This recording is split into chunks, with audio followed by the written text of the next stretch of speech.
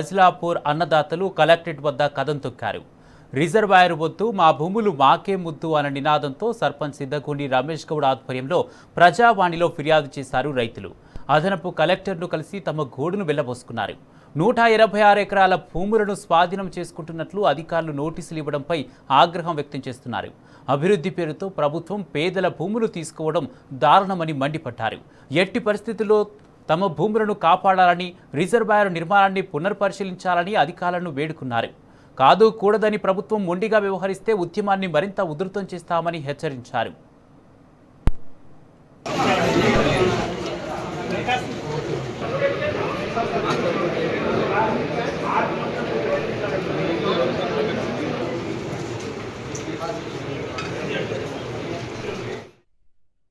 అజ్లాపూరు ఎల్లండ మండలం.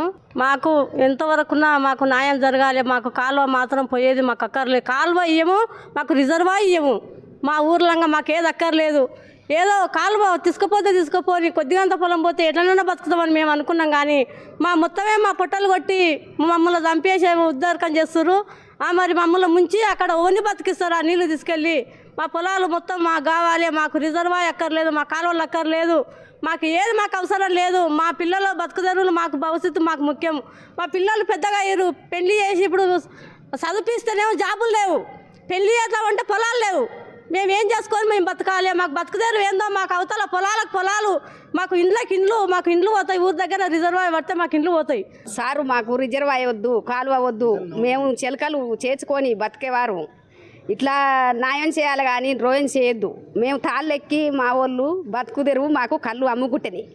మాకు ఆడవిల్ల పెళ్లి చేసుకోవాలంటే 50 లక్షలు అప్పు తెచ్చుకొని చేసుకున్నాం. ఎందు గురించి తాళ్ళెక్కి కళ్ళమ్మి చిలక చేసుకొని బతుకుదాము అని చేసినాం. మరి అప్పు ఎట్లా తెరుచుకోవాలో చెప్పు. అవి ఉంటేనే తెరుచుకుంటాం. మరి ఇప్పుడు ఎట్లా చేయాలి? ఎమ్మెల్యే ఇట్లా చేసే, ముఖ్యమంత్రి ఇట్లా చేసే మేము వాళ్ళని గెలిపించినాము. మరొకరు లేరు.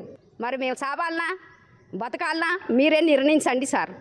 ఏదైతే ఇర్వేన్ రిజర్వాయర్ పేరుతో మా వెల్దండ మండల అజ్లాపూరు గ్రామ రైతుల పొలాలని గుంజుకోవడానికి గవర్నమెంట్ చూస్తున్నదో అన్యాయం చేయొద్దని జూపల్లి కృష్ణారావు గారికి నేను విన్నవించుకుంటున్నాను. అట్లాగే మా ప్రాంత ఎమ్మెల్యే గారు కసిరెడ్డి నారాయణ రెడ్డి గారు కూడా ఈ సమస్య మీద దృష్టి పెట్టి మా గ్రామ రైతులని కాపాడాలి, న్యాయం చేయాలని ఎమ్మెల్యే గారు కూడా కోరుకుంటున్నాను. ఎట్టి పరిస్థితుల్లో మా గ్రామంలో రిజర్వాయర్ కావద్దు. మా పొలాలు మాకు దక్కాలి. ఆ పొలాలను మేమే దున్నుకొని బతుకుతాం. మా జీవనోపాధి ఉంటుంది. మేము 100 సంవత్సరాలకి వెళ్ళి అక్కడ కళ్ళు గీత కార్మికులం అందరం కళ్ళు గీసుకొని అక్కడ 200-300 కుటుంబాలు బతుకుతున్నాయి. ఎట్టి పరిస్థితుల్లో కూడా మా కులవృత్తిని పారదోలొద్దు. మా కులవృత్తితోటి మేము బతుకుతున్నాము. ఎట్టి పరిస్థితుల్లో మేము ఈ రిజర్వాయర్ని అడ్డుకుంటాము. మాది 170 సర్వే నెంబర్రా 2 ఎకరాల పొలం పోతుంది సార్. మేము ఒక ఎకరానికి 50-60 లక్షలు పెట్టి 5-6 ఏళ్ళ కింద కొన్నాం. ఇప్పుడు ₹1 కోటి డిమాండ్ మా పొలానికి ఉంది. అందులో తాడి చెట్లు ఉంటాయి, ఈత చెట్లు ఉంటాయి. మా ఆయన తాళ్ళు ఎక్కుతాడు, ఈదులు గీస్తాడు. మా కళ్ళు అయితేనే మేము బతుకుతాం. మాకు 2 ఆడపిల్లలు, ఒక మగపిల్లగాడు. ఒక అద్దెకర పొలం అమ్ముకుంటే నా 2 బిడ్డల పెళ్లి చేస్తాం సార్. ఇట్లా అన్యాయం చేయొద్దు. మాకు న్యాయం జరగాలి. రిజర్వాయర్ రద్దు చేయాలి. ఆ ఎమ్మెల్యేని, ముఖ్యమంత్రి సార్ని దండం పెట్టి చెప్తున్నాం.